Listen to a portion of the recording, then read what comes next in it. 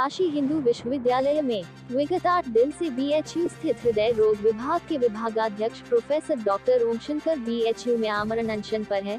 BHU प्रशासन मामले को गंभीरता से नहीं ले रहा है। प्रोफेसर ओमशंकर की प्रमुख मांगों में हृदय रोग विभाग में मरीजों के लिए बेड की मांग, बीएचयू में भ्रष्टाचार, देश के प्रत्येक नागरिक को शिक्षा और स्वास्थ्य मौलिक अधिकार बेहद जायज मांग है। हम सभी नागरिक समाज के लोग और वरिष्ठ नागरिक एवं बनारस के सभी शिक्षक आज दिनांक 18 मई 2024 को दिन में 1:30 बजे प्रोफेसर ओमशंकर के आमरण अनशन के समर्थन में आमरण अनशन के लिए बैठ रहे हैं और हम सभी मांग करते हैं कि डॉक्टर ओमशंकर की सभी मांगों को जल्द से जल्द पूरा किया जाए। मुझे तो ऐसा ही लगता है और मुझे नहीं लगता है कि इस विश्वविद्यालय के जो सर्वोच्च पद पे जो कुलपति महोदय बैठे हैं वो उनको गरिमा से कोई भी मतलब है। वो एक व्यापारी की तरह लगता है इस विश्वविद्यालय में आए हैं और वो जो पूंजीवादी मॉडल होता है उसी हिसाब से वो सारा निजी व्यापार की तरह विश्वविद्यालय को चला रहे हैं। मैं इसलिए हमेशा से कहता आया हूँ कि विश्वविद्यालय जो है आपका महामना की जो बगिया है, इनको कुछ लोग मिलके निजी हाथों में बेचने की पूरी तैयारी की है और उसी के तहत ये जो कुलपति जी आए हैं उनको भेजा गया है और उसी मॉडल पर ये कार्य कर रहे हैं। देखिए क्या है, जब भी कोई संस्थान है उसकी गरिमा जो है तभी बचेगी जब वो बीएचयू के एक्ट और इंस्टीट्यूट यानी बीएचयू के नियम, कायदे, कानून और संविधान से चलेगी। सबसे पहले इसकी धज्जियां उड़ाने के लिए जो माननीय कुलपति जी हैं, जो अभी सुधीर जैन साहब, उन्होंने सबसे पहले तो एग्जीक्यूटिव काउंसिल जो इनके दिन रोज़ जो इस विश्वविद्यालय को चलाने के लिए जो सबसे बड़ी कमेटी है, जो सबसे महत्वपूर्ण कमेटी है, जिसके बगैर किसी का अपॉइंटमेंट या कोई भी बदलाव या परिवर्तन या ज़रूरतों की पूर्ति नहीं की जा सकती है। ये इनका कार्यकाल 3 साल का अब कुछ ही महीनों में ख़त्म हो जाएंगे, लेकिन इन्होंने जानबूझकर आज तक एग्जीक्यूटिव काउंसिल का गठन नहीं किया, क्योंकि एग्जीक्यूटिव काउंसिल जो होती है वो कुलपति के ऊपर एक लगाम लगाता है, यानी कि उनको बेलगाम होने से, उनको कानून के इतर कार्य करने से रोकता है। इसलिए सबसे पहले जैसे घोड़ा जो है तभी तक कंट्रोल में रहता है कि वो घास बगल में जो सड़क से ना चले जाए खाने, जब तक कि वो लगाम से बंधा होता है। कुलपति जी जो सबसे पहले उनको लगा कि अगर एग्जीक्यूटिव काउंसिल का लगाम उनके ऊपर लगा रहेगा तो वो जो गैर संवैधानिक और गैर वैधानिक कार्य करने की चेष्टा या एक रोड मैप लेकर आए हैं, उस रोड मैप को लागू नहीं कर पाएंगे। उस रोड मैप में क्या था, जब वो आए थे तो 1000 करोड़ बनारस हिंदू यूनिवर्सिटी को इंस्टीट्यूट ऑफ इमिनेंस के रूप में मिला था, जिसमें संस्थान को उच्चीकृत करना था, मजबूत करना था, विश्व स्तरीय पहुँचाना था। लेकिन इन्होंने उस पैसों के दुरुपयोग की पहले से रणनीति बनाकर इस विश्वविद्यालय के कुलपति के रूप में शपथ ली थी और उसमें उन्होंने क्या किया कि सबसे पहले एग्जीक्यूटिव काउंसिल नाम का जो उनके ऊपर लगाम था उसको खा गए और उसके बाद इन्होंने क्या किया कि अपने मनमानी यहाँ पर नियुक्तियाँ करनी शुरू कर दी। मतलब 50-60 ऐसे पदों को सृजित कर दिए मनमाने ढंग से, जो बनारस हिंदू यूनिवर्सिटी के कानून की, संविधान की किताब में है ही नहीं। फिर उनके सैलरी का भी निर्धारण अपने मनमाने से कर दिया, जिसको मनवा 1 लाख दिया, जिसको मनवा 2 लाख दिया, जिसको मनवा 3 लाख हुआ। उसके रिक्रूटमेंट के जो प्रोसेस, एडवर्टीजमेंट, स्क्रूटनी, उस सबको भी खत्म कर दिया। सैलरी स्ट्रक्चर नहीं है। बनारस हिंदू यूनिवर्सिटी में जो वैधानिक रूप से पद हैं उनके सैलरी स्ट्रक्चर है। इन्होंने गैर वैधानिक पद गढ़ दिए अपने मन से, जिनका इनके पास अधिकार नहीं है। और इसी तरह से पहले तो, और वो सवाल अगर ऐसा किए होते तो एग्जीक्यूटिव काउंसिल पूछता कि आप ये पैसे उनको क्यों दे रहे हैं, उनके साथ आपका क्या संबंध है, क्या साँठगांठ है। अगर आपको कोई एडवाइज़र चाहिए तो बनारस हिंदू यूनिवर्सिटी तो बुद्धिजीवियों का एक बहुत बड़ा विश्वविद्यालय है। आपको सलाह देने वाले एक से एक बुद्धिजीवी मिल जाएंगे और वो भी फ्री के बुद्धिजीवी, उनको 1 रुपया आपको पैसा नहीं देना है। आप सलाह लीजिए उससे, जितना चाहिए उतना लीजिए। अगर सच में उनको सलाह की आवश्यकता थी तो लोगों से मिलना चाहिए था, उनको फ्री में सलाह देते। भाई सलाह देना तो सबसे आसान काम है, जब फ्री में सलाह मिलती है। आपने उसके लिए दूसरे अपने चाहने वाले लोगों को गैर संवैधानिक तरीके से इस संस्था के ऊपर लाकर उसको सरकारी धन का दुरुपयोग किया, उसकी बंदरबांट की और अपनों को पूरी विश्वविद्यालय के नियम कायदे कानून की धज्जियाँ उड़ा दी। वो यहीं नहीं रुके, उनका मन यहाँ ही नहीं भरा, बल्कि यहाँ के जो हेरिटेज पेड़ थे वो सागौन के, उस सब को एक एक करके काट काट कर बेच रहे हैं। 50-60 से ज़्यादा पेड़ों को तो काट के बेच चुके हैं और इतने मतलब पुराने जो आपकी पहचान थी हरियाली इस विश्वविद्यालय की, उसको मिटाने के लिए, जड़ से मिटाने के लिए प्रयत्नशील है। पहले तो इनकी गरिमा जो थी, सोच थी, उसको मिटाने के लिए इस तरह कानून की धज्जियाँ उड़ाई, पेड़ों की धज्जियाँ उड़ा रहे। उसके बाद निजीकरण, ये इस सब भूमिका बना रहे ताकि पूरा का पूरा विश्वविद्यालय जो है अडानी अंबानी या ऐसे किसी दूसरे अन्य पूंजीपति मित्रों के हाथों में इनको बेचा जा सके। उनकी एक पृष्ठभूमि तैयार करें। वो क्या कहेंगे कि देखिए 1000 करोड़ आया था, अब विश्वविद्यालय चल नहीं पा रहा है, यहाँ पर धन नहीं होता है। जो कोई भी निजीकरण का जो मॉडल है, जो एक बहानेबाजी शुरू होती है, वो सब नौटंकी होगा। उसके बाद कहेंगे नहीं, इससे बेहतर तो अब इनके अधीन जाएंगे, वो ज़्यादा अच्छा चलाते हैं। और इस तरह से आपका विश्वविद्यालय जो है इस देश की जनता, इस समाज और महामना के और विश्वविद्यालय के जो मानस पुत्र हैं, पुत्रियां हैं, उनको समझना होगा कि उनका ये विश्वविद्यालय आज घोर संकट से गुजर रहा है। उनके इज्जत आबरू की सुरक्षा आज उनके कंधों पर है। अगर वो उठ खड़े नहीं हुए, यहाँ के शिक्षकगण, कर्मचारीगण, छात्रगण अपने इस विश्वविद्यालय की गरिमा को और विश्वविद्यालय को बचाने के लिए, तो कल ये निजी हाथों में जाकर इतनी महंगी हो जाएगी कि बच्चे यहाँ पढ़ नहीं पाएंगे। छात्र और कर्मचारियों का जीवन इतना दयनीय हो जाएगा कि जब मन होगा बाहर निकाल दिए जाएंगे। उसके बाद अलावा ये क्या कर रहे हैं, भ्रष्टाचार का खुलेआम समर्थन कर रहे हैं। अब भ्रष्टाचार का खुलेआम समर्थन कैसे कर रहे हैं? अगर आप बनारस हिंदू यूनिवर्सिटी स्थित मेडिकल इंस्टीट्यूट जो है, जिसको इंस्टीट्यूट, और उसमें रेस्ट्रिक्टिव टेंडरिंग करके उसको दे दिया तो कोई ना कोई उनसे भी उनको लाभ हुआ ही होगा। तभी फ़ायदे में चलने वाली इस जांच पर को किसी निजी हाथों में दिया गया और अपने मित्र को दिया गया, अपनी बुज्जम दोस्त के हाथों में दी गई। और इसमें भी चिकित्सा अधीक्षक, कुलपति दोनों का मिलान है, एक दूसरे का जो दोस्त याराना है उसके अंदर। उसके बाद ये जो चिकित्सा अधीक्षक हैं, यहाँ पर जो एम्स लाइक इंस्टीट्यूशन के नाम पर जो धन बनारस हिंदू यूनिवर्सिटी को बेहतर करने के लिए दी गई थी, उसमें जो फ्लोर के ऊपर पहले से कई जगह जो थे मार्बल्स लगे हुए थे, उस मार्बल पर भी इन्होंने धन का दुरुपयोग ग्रेनाइट लगा कर किया है, जिससे कि धन की उगाही की है इन्होंने। उसके बाद क्या किया, चूँकि ये पहले अपराधी कैसे थे कि यहाँ 2016 में ये चिकित्सा अधीक्षक भी थे और ब्लड बैंक के इंचार्ज, ये दोनों पद पर एक साथ होना ही एक अपराध था। दोनों एक साथ नहीं हो सकते, सिर्फ एक पद पे हो सकते थे, लेकिन वो दोनों पद पे थे। उसके बाद ब्लड बैंक में 653 यूनिट आईटी के बच्चों ने ब्लड डोनेट किया था, उसको इन्होंने बेच दिया ले जाकर। जब इसकी जांच हुई तो और भी पोल खुले, पता चला कि ये मेडिसिन के प्रोफेसर हैं और ब्लड बैंक के इंचार्ज तो पैथोलॉजी के प्रोफेसर हो सकते हैं। तो वो पहला गुना था। दूसरा गुना ये था कि उन्होंने क्या किया कि ये लाइसेंस के द्वारा ब्लड बैंक चलाए जाते हैं, ये बिना लाइसेंस के ब्लड बैंक चला रहे थे। लाइसेंस के एप्लीकेशन के लिए उनको जिसकी ज़रूरत होती है, पैथोलॉजी के लोगों की ज़रूरत थी, तो उन्होंने जिस व्यक्ति का नाम फॉरवर्ड किया था उस कमेटी में लेने के लिए, उनको पता ही नहीं था कि उन्होंने इनका यानी 420 की धोखाधड़ी की उसके साथ। और इन सब की वजह से इनको सबसे पहले तो चिकित्सा अधीक्षक के पद से हटाया गया पहले, फिर ब्लड बैंक इंचार्ज से हटाए गए, उसके बाद इनको नौकरी से हटाकर जेल में जाना चाहिए था, लेकिन ये अपने आप को बचा लिए। अपने जो भी कलाकारी इनको पता है, कभी पैर पकड़ लेंगे, कभी कुछ और, बहुत ही कलाकार है, कभी उठ जाएंगे, कभी खड़े हो जाएंगे, कभी गिर जाएंगे, कभी लौट जाएंगे।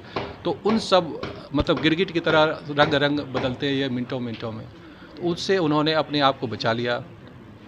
उसके बाद क्या किया, फिर 6 महीने के बाद जो है फिर से ये इमरजेंसी के इंचार्ज बन गए, क्योंकि वहाँ भी दवाएं वगैरह खरीद फरोख्त होती हैं, तो उसमें कुछ इधर उधर जो चल रहा था वो चल रहा था धंधा। उसके बाद वहाँ पर उन्होंने नर्सिंग ऑफिसर को थप्पड़ मार दिया, वहाँ फिर बवाल हो गए, तो इनको हटाया जाना चाहिए तो फिर से, लेकिन फिर इनको प्रमोशन हो गया। हटाया तो गया लेकिन प्रमोशन हो गया।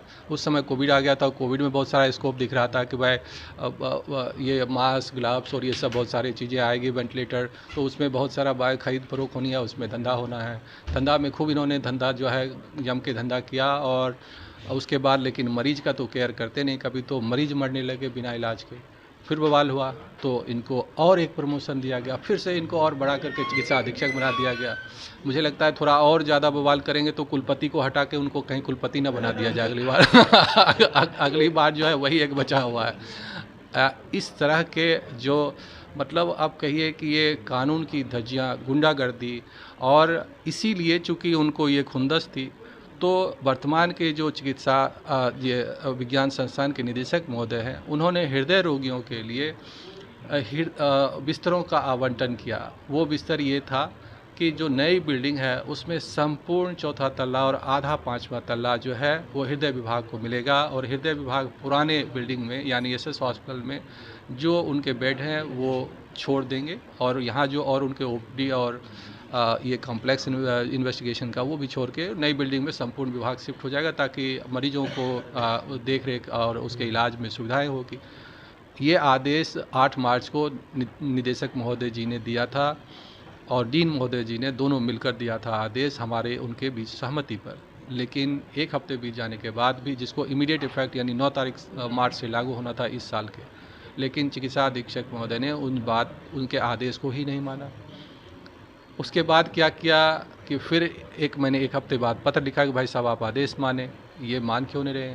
फिर आप 2 हफ्ते और बीत गए, फिर नहीं माने। फिर हमने एक और लेटर लिखा। जब दूसरा लेटर मैंने लिखा तो इन्होंने क्या किया, जो बेड डायरेक्टर साहब और डीन साहब ने डिपार्टमेंट ऑफ कार्डियोलॉजी को नई बिल्डिंग चौथा तल्ला पूरा और आधा तल्ला पाँचवा दिया था, उसमें से वो बेड जो है इन्होंने अंकुश सर्जरी को डिस्ट्रीब्यूट कर दिया। अब अंकुश सर्जरी को, एक तो हृदय की जो बीमारियां आज सबसे महत्वपूर्ण बीमारी है, हर तीसरा व्यक्ति हृदय बीमारियों से मर रहा है। वैक्सीन के बाद तो लोग ऐसे चलते फिरते उनकी मौतें हो रही है, और तीसरी क्या, आप दूसरे नंबर पर भी पहुंच जाए तो कोई अतिशयोक्ति ना होगी। उस समय जो है ये व्यक्ति हृदय विभाग के लगातार 41 बेड को ना सिर्फ लॉक किया हुआ है, बल्कि वहाँ जो कम्प्लीटली मिलना था वहाँ ना देके किसी और विभाग कैंसर को दे दिया। तो कैंसर के लिए पहले से 2 अस्पताल यहाँ पर है, महामना कैंसर इंस्टीट्यूट और लहरतारा जो रेलवे इंस्टीट्यूट है कैंसर के। तो भाई साहब वो तो नंबर 1 किलर भी नहीं है। आप प्रायोरिटी मांग, वो हृदय विभाग को आवंटित बेड है, आपने वो बेड दूसरे को दे दिया, और बेड डिस्ट्रीब्यूशन का अधिकार भी नहीं है आपके पास। बेड डिस्ट्रीब्यूशन का अधिकार सिर्फ और सिर्फ डायरेक्टर साहब के पास है, जो हृदय विभाग को बेड दिए। यानी कह सकते हैं कि खुलेआम मनमाना गुंडागर्दी, और एक अपराधी जो है अपना आपराधिक चरित्र खुलकर अपना दिखा रहा है, और उनका खुलकर जो याराना ऊपर से कुलपति जी का है वो अपना याराना निभा रहे हैं। क्योंकि इनका आपस जो मेल जोल है, जो भी इधर आदान प्रदान चलता होगा, मुझे नहीं पता क्या चल रहा है उसमें, उसकी वजह से वो भी इनके संरक्षण में बैठे हुए हैं। और निर्लजता की हद है, मतलब कोई कानून नहीं, कोई न्याय नहीं, लोग मर रहे हैं। 35,000 से ज़्यादा मरीजों को पिछले 2 साल में बिस्तर बंद होने से हृदय रोगियों को बिस्तर नहीं मिल पाया है, और हज़ारों लोगों की ऐसी जानें चली गई जो जानें बचाई जा सकती थी सही इलाज से। अब मेरा निवेदन है यहाँ के छात्र कर्मचारियों और यहाँ के शिक्षकों से कि आपका ये विश्वविद्यालय निजीकरण की ओर जा रहा है। अगर आपको आज से 10 गुने दाम में पढ़ने के लिए पैसे हैं तो आप सोए रहिए। अगर आपको यहाँ नौकरी से निकलना है तो आप सोए रहिए, वरना मेरे साथ, मेरे संघर्षों के साथ खड़ा होइए। बीएचयू को। हाँ, मैं विद्याधर और रिटायर्ड शिक्षक, इंटर कॉलेज भूतपुरा गाजीपुर, उम्र 76 वर्ष। और जब से सुना हूँ कि मरीजों के हित के लिए जो 5वां तल, चौथा तल विभाग को, हृदय रोग विभाग को देना चाहिए, उनके लिए बना है, तो निदेशक की लापरवाही की वजह से विभाग को मरीजों को उपलब्ध नहीं हो रहा है। इसके लिए डॉक्टर साहब, एक इतने अच्छे डॉक्टर जो गरीबों के दिल पर राज करते हैं, मरीजों के दिल पर राज करते हैं, उनके हित के लिए आज 11 तारीख से बैठे हुए हैं। जब से हम लोग सुने अपने वरिष्ठ नागरिक कल्याण समिति की ओर से, हम कई दिनों से आ रहे हैं लगातार। उस दिन जो जुलूस चल रहा था उसमें थे। अगर ऐसा ही किए तो विवश होकर के हम वरिष्ठ नागरिक, मैं व्यक्तिगत विद्याधर जो उम्र 76 वर्ष है, मैं भी आमरण अनशन पर इनके साथ बैठ सकता हूँ। और ये जो इनका ये सरकार के इशारे पर कि एक व्यक्ति क्या कर लेगा, ये भ्रष्टाचार करते रहेंगे और इसमें VC भी सम्मिलित हैं, जैसा कि डॉक्टर साहब कह रहे हैं कि पेड़ कटवाना, और ये जो विभाग में विभाग का निजीकरण कर रहे हैं, जो जांच को भी निजी सेंटर में दे दिए हैं लोग कुछ भाग, और जो दवाई सेंटर है उसको भी महंगी दवाइयाँ हैं वो सस्ते में मिलना चाहिए, उसको भी महंगे पर बिचवा रहे हैं, डॉक्टर साहब कह रहे हैं। तो डॉक्टर साहब कॉमन काज के लिए, जनता के हित के लिए लड़ रहे हैं। कितने लोग आप लोग आए हुए हैं? हम 4 लोग आए हुए हैं रामनगर से। हस्ताक्षर भी मैंने किया, अच्छा हस्ताक्षर भी मैंने कर दिया है। और फिर मैं चेता रहा हूँ कि अगर यही किए तो हम वृद्ध लोग डॉक्टर साहब के साथ आमरण अनशन पर भी बैठ सकते हैं। इसी के साथ मैं आम जन से निवेदन करता हूं कि जो डॉक्टर आपके लिए मर रहा हो आज 11 तारीख से, क्या आप उसके समर्थन में नहीं आ सकते? क्या सबकी आत्माएं मर चुकी हैं कि जो हमारे हित के लिए इतना बढ़िया डॉक्टर वो मरने को तैयार है, जीवन देने को तैयार है, उसके लिए हम एक दिन का समय नहीं दे सकते। और काशी वासियों को तो इस अस्पताल को घेर लेना चाहिए, बौद्धिकों को। धन्यवाद। मैं अजय कुमार सिंह, प्रधानाध्यापक प्राथमिक विद्यालय मुड़ादेव, विकास क्षेत्र काशी विद्यापीठ वाराणसी। आज किसके समर्थन में आप लोग और कहाँ पर आए हुए हैं? हम डॉक्टर ओम शंकर जी, जो हमेशा संघर्ष और सत्य की ईमानदारी की लड़ाई लड़ते हैं, जब हमें पता लगा कि वो एक नेक काम के लिए फिर लड़ रहे हैं, तो हम लोगों को पता चला, तो हमारा विभाग और हम लोग इस लड़ाई में सम्मिलित होने के लिए, उनका साथ देने के लिए आए हैं। क्योंकि ये मरीजों की हित की लड़ाई, और मालवीय जी ने जो काशी हिंदू विश्वविद्यालय को भीख मांग करके, दान ले करके बनाया, उसमें अत्याचार और दुराचार, भ्रष्टाचार जो हो रहा है, उसको दूर करने के लिए सर की लड़ाई में हम लोग कंधे से कंधा मिला करके साथ दे रहे हैं। कहा गया है, सहयोग आपका मिल जाए, संघर्ष किसी से छिड़ जाए, तो मानव की शक्ति ही क्या है, ईश्वर भी पीछे हट जाए। तो चिकित्सा अधीक्षक महोदय जो इन मरीजों की जान के दुश्मन बने हुए हैं, सारी सुविधा रहते हुए जो सुविधा प्रोवाइड नहीं कर रहे हैं, उपलब्ध नहीं करा रहे हैं, उनको यही संज्ञान सद्बुद्धि देना चाहते हैं कि जल्दी से जल्दी जो अपना जिद्दी रूप है, उनका अहंकारी रूप है, उसको तोड़ें और सर की जो मांग है उसको पूरा करने का पूरा प्रयास करें। अपना नाम बता दीजिए। हर्षित कुमार श्रीवास्तव, ब्लॉक व्यायाम शिक्षक, काशी विद्यापीठ। अतिथ जी, आज 8वां दिन है ओम शंकर के आमरण अनशन का, और BHU ऐसी संस्था जो कि महामना की बढ़िया है, कोई भी अभी एक्शन नहीं लिया गया है, क्या कहना चाहेंगे? अब इनके कान पे डॉक्टर के गुप्ता के जूं नहीं रेंग रहा है। व्यक्ति 8 दिन से लगा है, वो अपने लिए नहीं लगा है, एक समाज के लिए। एक गरीब व्यक्ति जो आता है, बीमार है, परेशान है पूरे देश से, उनके सेवा के लिए उनकी मांग कर रहा है डॉक्टर। ये ना अपने लिए थोड़ी आमरण अनशन कर रहे हैं कि हमें ये चाहिए, जनता के लिए मांग कर रहे हैं, जो गरीब जनता है जिसको भर्ती होना है।